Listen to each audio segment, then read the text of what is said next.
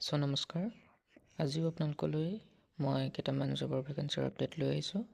গতিকে চাওকচোন এই ভেকেঞ্চিখিনি ক'ত ওলাইছে, কোনে কোনে এপ্লাই কৰিব পাৰিব আৰু ইয়াৰ এলিজিবিলিটি ক্ৰাইটেৰিয়াবোৰ কি হ'ব পাৰে।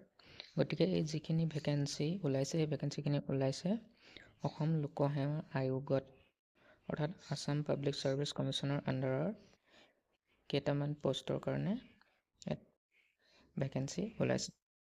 গতিকে যিটো পোষ্ট হয় সেই পোষ্টটোৰ নাম হৈছে junior manager in Assam power generation corporation limited. গতিকে APSCৰ আণ্ডাৰত APGCL অৰ্থাৎ আছাম পাৱাৰ জেনেৰেশ্যন কৰ্পৰেশ্যন লিমিটেডত এই জুনিয়ৰ মেনেজাৰৰ পোষ্ট ওলাইছে।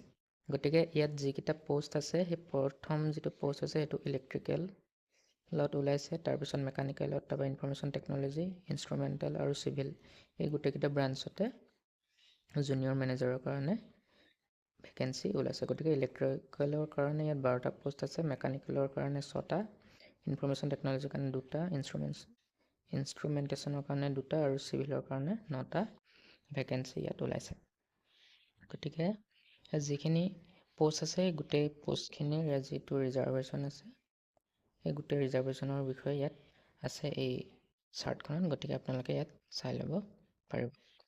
আৰু ইয়াৰ যিটো পে স্কেল হয় সেই পে স্কেলটো আছে 25,000 to 92,000 আৰু ইয়াৰ গ্ৰেড পে'টো আছে 12,100। গতিকে এইটো পে স্কেলটো 25,000 যিটো আছে সেইটো হৈছে বেছিক পে, তাৰ লগত গ্ৰেড পে আৰু আদাৰ এলাউঞ্চ লাগি পিনে এইটো এটা ভাল চেলাৰী হ'ব।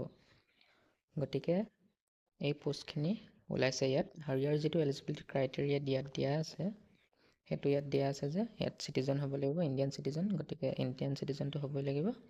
তাৰোপৰি আৰু আপোনালোকৰ এমপ্লয়মেণ্ট যিটো এক্সচেঞ্জ কাৰ্ড তাত নাম থাকিব লাগিব। গতিকে তাত আপোনালোকৰ নামটো থকাটো জৰুৰী। তাৰোপৰি ইয়াত যিটো এডুকেশ্যনেল কোৱালিফিকেশ্যন দিয়া আছে জুনিয়ৰ মেনেজাৰৰ কাৰণে ইলেক্ট্ৰিকেল, মেকানিকেল, ইনফৰমেশ্যন টেকন'লজি, ইয়াৰ কাৰণে আচলতে ফুল টাইম ডিপ্ল'মা বিচাৰিছে। গতিকে পলিটেকনিকৰ আণ্ডাৰত যিসকলে ডিপ্ল'মা কৰি থৈছে ইলেক্ট্ৰিকেলৰ, মেকানিকেলৰ, ইনফৰমেশ্যন টেকন'লজি, চিভিলৰ, তেওঁলোকে এই পোষ্টকেইটাৰ কাৰণে এপ্লাই কৰিব পাৰিব। তাৰোপৰি যিটো এজ লিমিট আছে সেইটো এজ লিমিটটো ইয়াত দিয়া আছে 21 ইয়াৰ্ছৰ পৰা 38 ইয়াৰ্ছ। আৰু তাৰোপৰি যিটো ৰিলেক্সেশ্যন আছে SC STৰ কাৰণে 5 ইয়াৰ্ছ আৰু যিটো OBC আৰু MOBC আছে তেওঁলোকৰ কাৰণে 3 ইয়াৰ্ছৰ ইয়াত ৰিলেক্সেশ্যনটো ইয়াত দিয়া আছে।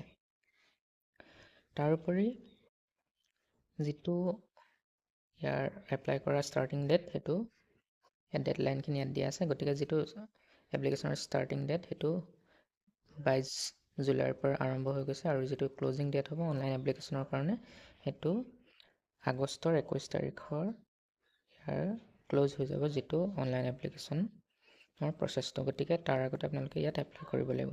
তাৰোপৰি যিটো লাষ্ট ডেট আছে পে'মেণ্টৰ কাৰণে, গতিকে আপোনালোকে এপ্লাই যদি কৰি থয় 21 তাৰিখৰ ভিতৰত আপোনালোকে এপ্লাই কৰিব পাৰিব। আৰু যদি পে'মেণ্টটো তেতিয়ালৈকে আপোনালোকে কৰা নাথাকে 21 তাৰিখলৈ নকৰিলেও একো নাই, কিন্তু তাৰ 23 তাৰিখৰ আগত, আগষ্টৰ 23 তাৰিখৰ আগত আপোনালোকে ইয়াত পে'মেণ্টটো কৰিব লাগিব।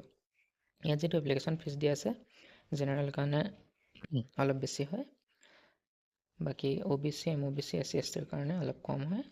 বাকী যিটো জেনেৰেলৰ কাৰণে হৈছে, জেনেৰেল কেণ্ডিডেটসকলৰ কাৰণে হৈছে 297.20 ৰুপিজ আৰু OBC MOBCৰ কাৰণে হৈছে 197.20 ৰুপিজ আৰু SC ST BPL PWBD সকলৰ কাৰণে হৈছে 47.20 ৰুপিজ। গতিকে ইয়াত এপ্লিকেশ্যন ফিজ আৰু যিটো প্ৰচেছিং ফিজ এই দুটা এড হৈ পিনে ইয়াত এমাউণ্টটো ইয়াত দিয়া আছে। গতিকে আপোনালোকে কেটেগৰী ৱাইজ ইয়াত আপোনালোকে যিটো এপ্লিকেশ্যন ফিজ আছে সেইটো আপোনালোকে পে'মেণ্টটো কৰিব লাগিব। এইটো আপোনালোকে ক'ত এপ্লাই কৰিব, আপোনালোকে যিটো এইটো ৱেবছাইট ইয়াত দিয়া আছে https://apsc.recruitment.in তাত আপোনালোকে যাব লাগিব। তাত আপোনালোকে ৰেজিষ্টাৰ হিয়াৰ তাত আপোনালোকে বাটন পাব, তাত আপোনালোকে ৰেজিষ্টাৰ কৰি পিনে ওৱান টাইম আপোনালোকে এটা ৰেজিষ্ট্ৰেশ্যন কৰিব লাগিব। তাৰপিছত আপোনালোকে কি কৰিব, ইয়াত পাছৰ যিটো এপ্লিকেশ্যন ফৰ্ম সেইটো আপোনালোকে এপ্লাই কৰিব পাৰিব। গতিকে এই আপোনালোকে যিটো অফিচিয়েল ৱেবছাইট হয় এইটো APSC https://apsc.recruitment.in তাত আপোনালোকে গৈ পিনে ৰেজিষ্টাৰ কৰি পিনে আপোনালোকে গোটেই প্ৰচেছখিনি কৰিব পাৰিব। তাৰোপৰি আপোনালোকৰ যিখিনি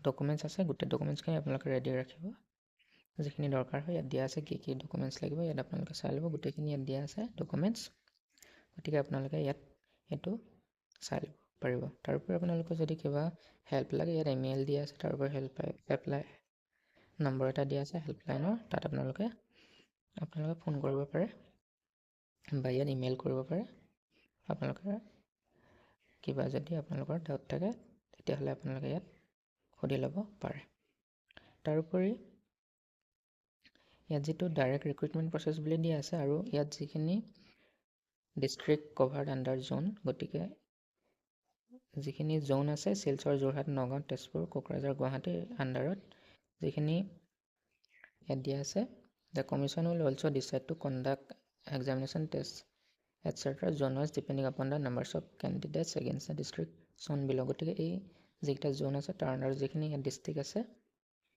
সেই ডিষ্ট্ৰিক্টখিনিৰ ওপৰত যিমানখিনি কেণ্ডিডেট হ'ব তাৰ ওপৰত ভিত্তি কৰি পিনে এক্সামিনেশ্যনটো কণ্ডাক্ট কৰিব কিন্তু ইয়াত স্পেচিফিকেলি দিয়া নাই যে কেতিয়ালৈ এক্সামটো কণ্ডাক্ট কৰিব গতিকে আপোনালোকে অফিচিয়েল ৱেবছাইটটো চাই থকাটো দৰকাৰ তাত ফাৰ্ডাৰ যদি কিবা নটিফিকেশ্যন আহে মই এইটো জনাই দিম তাৰপৰা আপোনালোকে চাই থাকিব কেতিয়ালৈ ইয়াত এক্সামিনেশ্যন হ'ব পাৰে গতিকে আপোনালোকৰ যদি গোটেইখিনি এলিজিবিলিটি ক্ৰাইটেৰিয়া ফুলফিল হয় তেতিয়াহ'লে আপোনালোকে এই যিটো জুনিয়ৰ আপোনাৰ মেনেজাৰৰ পোষ্ট ওলাইছে APSC আণ্ডাৰত গতিকে APGCLত গতিকে তাত আপোনালোকে এপ্লাই কৰি দিব পাৰে গতিকে লাষ্ট ডেটৰ আগতে আপোনালোকে 21 আগষ্টৰ আগত ইয়াত আপোনালোকে গৈ পিনে এপ্লাই কৰি দিব